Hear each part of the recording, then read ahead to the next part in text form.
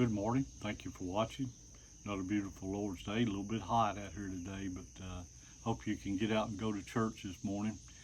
We've got our sick list. We'll get started with it. We've got Ronnie Robinson, Nick Dutton, Pat Nichols, Doyle Duke, Judy Foster, Randy Burnett, Linda Hall, and I'd like to put my friend Les Messick on there. He's going to have some surgery tomorrow, so please keep him in your prayers. We got Carson Powell, Junior McVeigh, Perry Wells, Brandon Swartz, Hunter Higgins, Sharon Armstrong, Sandy Lewis, Pam Brown, Ashlyn Hare, Ryan Sanders, Janice Beals, Bruce Lewis, Becky and Lonnie Barks, Lee Heath, Jack Bourne, Nika Hutchins, Crystal Chanel, Robert Pitts, Steve and Judy Milburn, Lou Goins, Denise Balla, Brenda Lemons.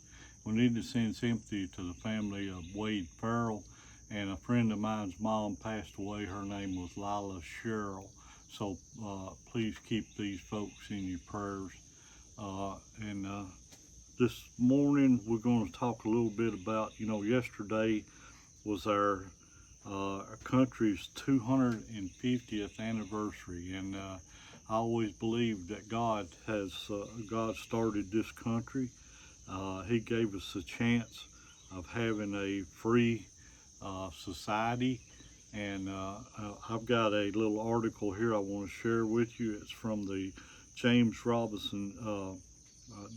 Dobson Family Institute, and I listen to him a lot on the radio.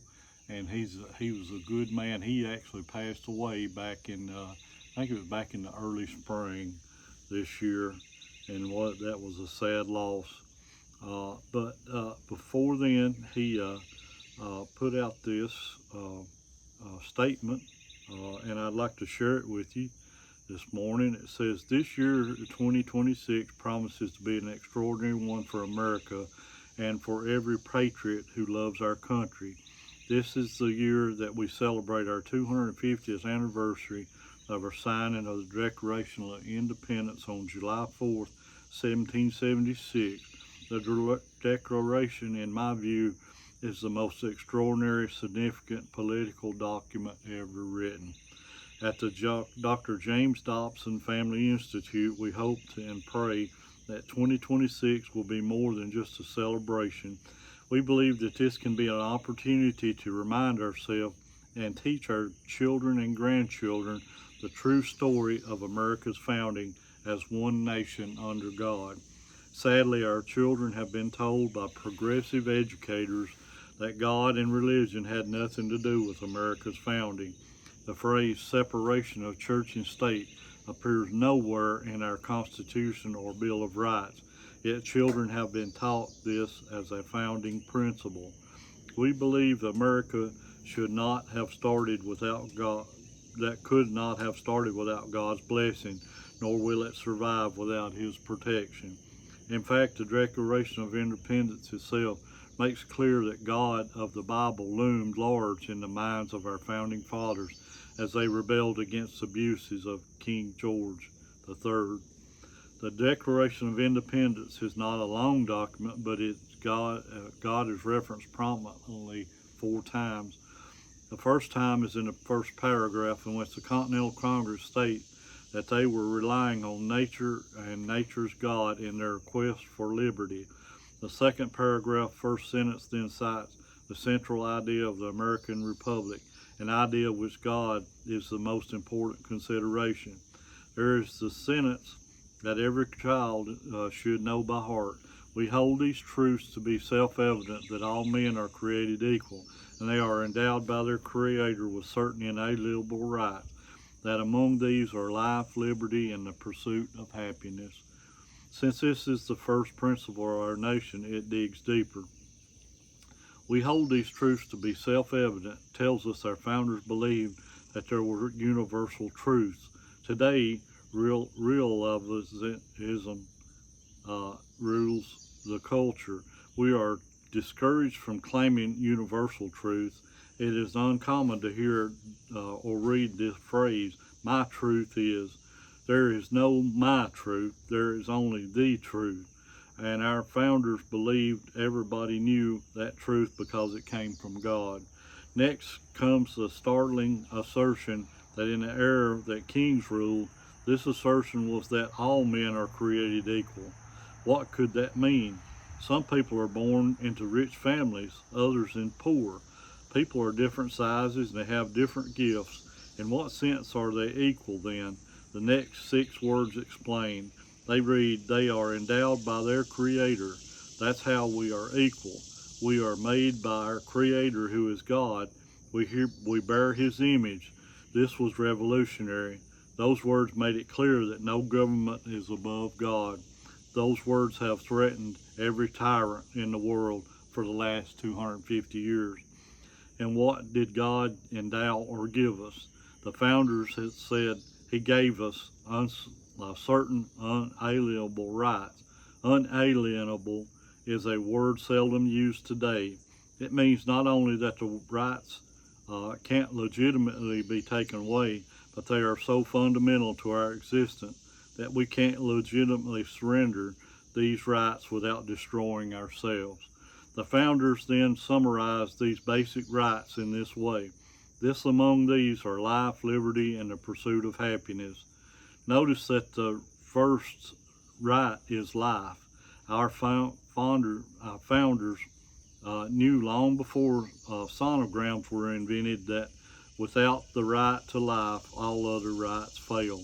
The founders, in their voluminous writings, made it clear that they defined liberty as ordered liberty under God, not to the license to do good wherever we wanted to or whatever felt good.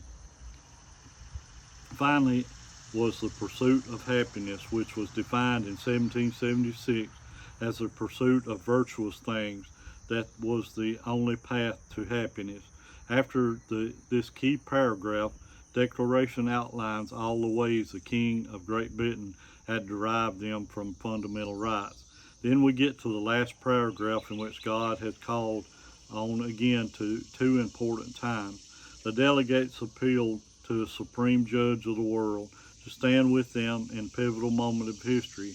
And in its last sentence, these men, knowing that unless they prevail, they will likely all be hanged, asserting again with their faith and with these stirring words.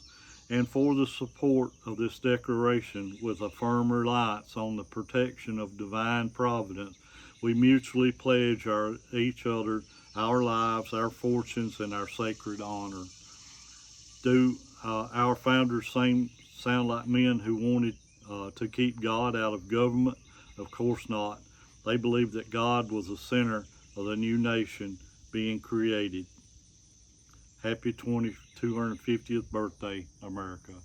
You know, there's a lot of different things. I've been watching a lot of the History Channel and another program on Fox Nation that goes through our history, and I'm glad that I can have that to go back through and look at different things that happened in our country. And there was a lot of things that you just can't explain that happened, and it had to be that God was on our side. He was always helping us.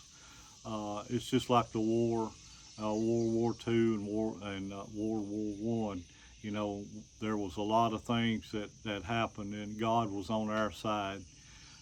We've always got to keep God in our government.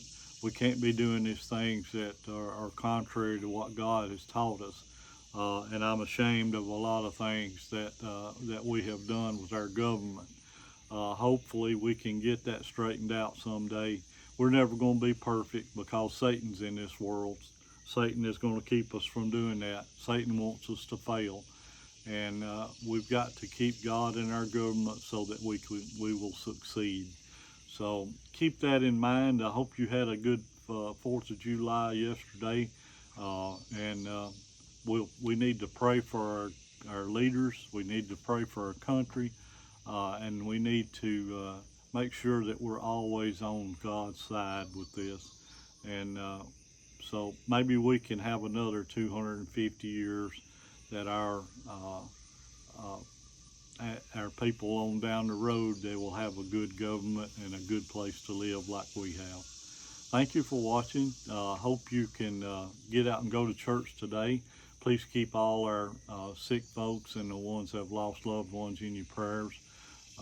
Please keep our military men and women, our first responders, doctors and nurses, and all the folks that keep us safe and healthy. Please keep all those in your prayer. Thank you for watching once again. God bless. See you next time.